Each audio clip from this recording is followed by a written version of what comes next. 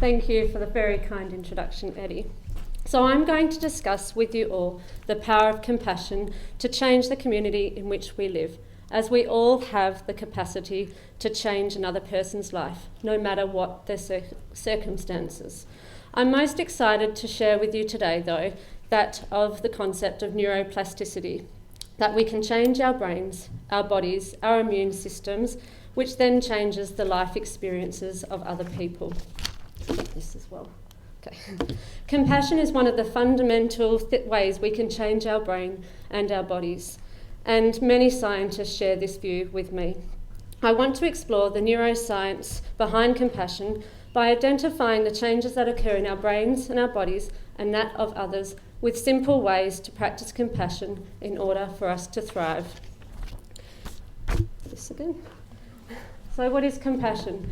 Compassion is feeling with another.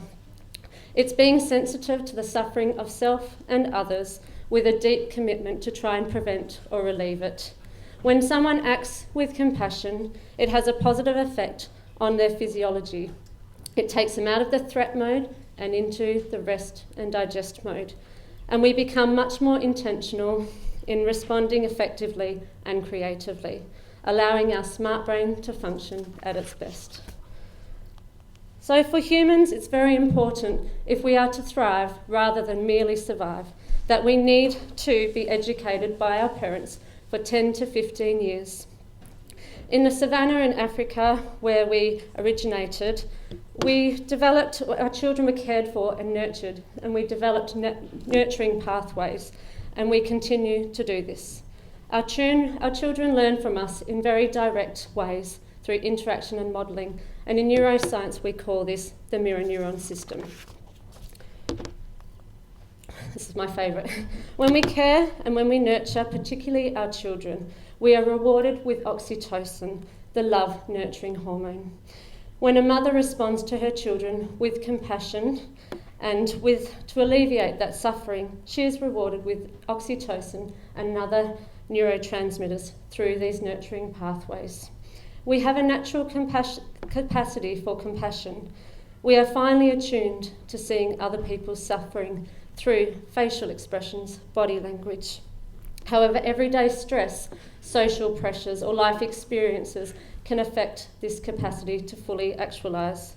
Each of us can choose, though, to grow the compassionate ability. Like a flower, we cultivate it from a seed. We need to give patience, care, and nurturing, and a supportive environment. Our DNA hasn't changed in the evolution from our hunter-gatherer tribes in which we were wired to survive. Imagine a tribe member was assigned a task, wasn't able to complete that task. The tribe would be put at risk. So it was important for our survival to recognise suffering. This provides protection, and we feel safe when we're in a tribe of people who are similar to us. But we no longer, in modern times, really hunt and gather. We more create society, religion, culture. And at the core of all of these is the need to care, to cooperate, to function and flourish. And through this lens, it's no surprise that we need in modern survival that caring and nurturing. In our current society as well, we are now connected more than ever. This can be an advantage if you see yourself as part of a whole, but it can also be a disadvantage if you see yourself as completely separated, isolated, disconnected. This can be scary. So this leads me to discuss the threat system of fight, flight, freeze that is activated through disconnection. I refer to this as our impulse brain, emotional brain. The other part is the parasympathetic system, and these two are very interconnected when it comes to the threat system being activated. So I want to talk about that. So sometimes the threats can motivate us to come together as a people, but sometimes it can also create conflict as well. Threats can be real, they can be imagined. On the savannah in Africa, like that little picture, it was very basic. We needed food, shelter, water. If we saw any kind of threat like the grass moving, we knew this represented a lion, and our fight-flight system would kick in and respond. And of course, this worked well in this context, and the release of neurotransmitters would actually elevate our heart rate, blood pressure, and divert blood to your muscles to enable you to run to avoid the threat. But today we are wired with the same mechanisms of threat as 200,000 years ago, and we can be triggered to believe that this is a threat merely by our evolution, an important part of our survival. However, this may at times trigger beyond what is helpful. I bet we can all relate to this one. So, for example, if we are constantly overwhelmed with information at home or at work, there can be a constant release of stress hormones and the threat system becomes engaged, which on a continual basis can be unhelpful for our health and well-being. And when we are presented with a threat, we need to process this. This is processed in our amygdala. And this sends messages to other parts of the brain that release hormones associated with threat, such as cortisol. I'm sure most know about the cortisol. For some people, the threshold for having their threat system engaged can be very low, especially if constantly bullied or living in an unsafe environment. And this can result in people not being able to effectively live about their daily tasks and function normally. And we especially see this in some young people who might be really activated with stress, anger, anxiety. And it takes calm, compassionate people to slow down their threat system. So when you are able to turn on your calm, rest and digest system, there will be an increase in heart rate variability, lowering of blood pressure. You relax, you feel a sense of safe and calmness, connection. When one can remain in this state, it's when we can function at our best.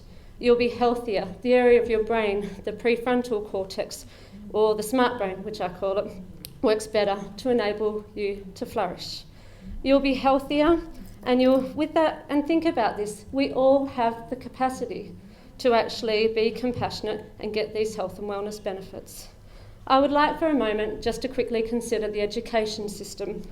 There's an increasing body of research to suggest that if we train our children in compassion, they will actually be obviously able to develop their empathy a little bit more. We'll see less bullying. We'll see an increase in things like academic performance and less attendance issues as well. And what we want to see is that more people and more schools actually really take an interest. We're seeing more schools doing this right now, but we could have more schools actually taking this on. This would be my hope for the future. Now, one of the simple ways to actually practice compassion in the community, I want to share with you the neuroscience behind one simple smile. Each time you smile, there is a little party going on inside your brain. The act of smiling activates neural messaging that benefits your health, wellness, happiness. It activates the release of neuropeptides, which help with lowering stress. They are tiny molecules that allow the neurons to talk between each other and communicate to the whole body. So when you smile, you get the feel-good neurotransmitters. Dopamine, serotonin, endorphins are also released. And this relaxes your body, lowers your heart rate, and it acts as a natural pain relief as well. Mood improves. Research also reports that seeing a smiling face activates the region in your brain which processes rewards. So when you see someone smile, you actually feel rewarded. Did you know a smile is contagious? A simple act of compassion. So, another way to practice compassion is linked with mindfulness. Typically, it's described as having two parts. One is the ability to be present, to be able to connect to another. And this is how we see another person suffering or just being. The second part is that of understanding that there's an inner dialogue that happens within your brain, and at times this inner dialogue can be negative. And when this happens and we're self-critical, it actually turns on our threat system, which when we notice this, we can actually be very aware and we can actually change it from one of negativity to positivity. Okay. The ability to be compassionate to self and others is a fundamental part of who we are as humans and how we evolved to nurture and care. What's exciting is that when individuals learn to be kind to self and others, it has a rippling effect on those around them. When we change how we interact with the world changes how it interacts with us. Now and I want to share with you one thing. It's more beneficial to our health than exercising or being at our ideal body weight. So that's not an excuse to not exercise, but it demonstrates how powerful it can be. So I think I've got my time, so I'm going to not be able to share that one. I do want to share a quick story about a client of mine who was very flustered, went to pay for petrol. Upon not being able to find the money in her purse, the person behind her paid for her fuel. She didn't expect anything in return, but this simple act of kindness and caring created an endless ripple effect. Me sharing the story, she doesn't even know how much that made a difference to my client's day. Compassion is already here. This shows how an individual can actually create superneural pathways of compassion with repetition and intention for self and others, as neurons that fire together wire together. This is the fundamental nature of neuroplasticity and how each of us has the ability to change or strengthen our neural pathways in the brain and forms the very basis of us as humans. And just to finish, I would like to just quickly highlight a few things before I finish. Neuroscience states each of us is by our nature wired to be compassionate. In fact, that's when our physiology works at its best, promoting positive health and creativity. In modern society, we often get distracted and engage our threat system, but each of us has the ability to activate our calm pathways, which allows us to be open to connect to others. Our brains are made to allow us to be at our best when we connect like we are today. Thank you for being here today. May we actualise the capacity of compassion and join with others to maximise theirs, regardless of our occupation. Let's support our teachers in an open way so they can also provide the soil to grow compassion in the schools, because that's the key to starting the compassion.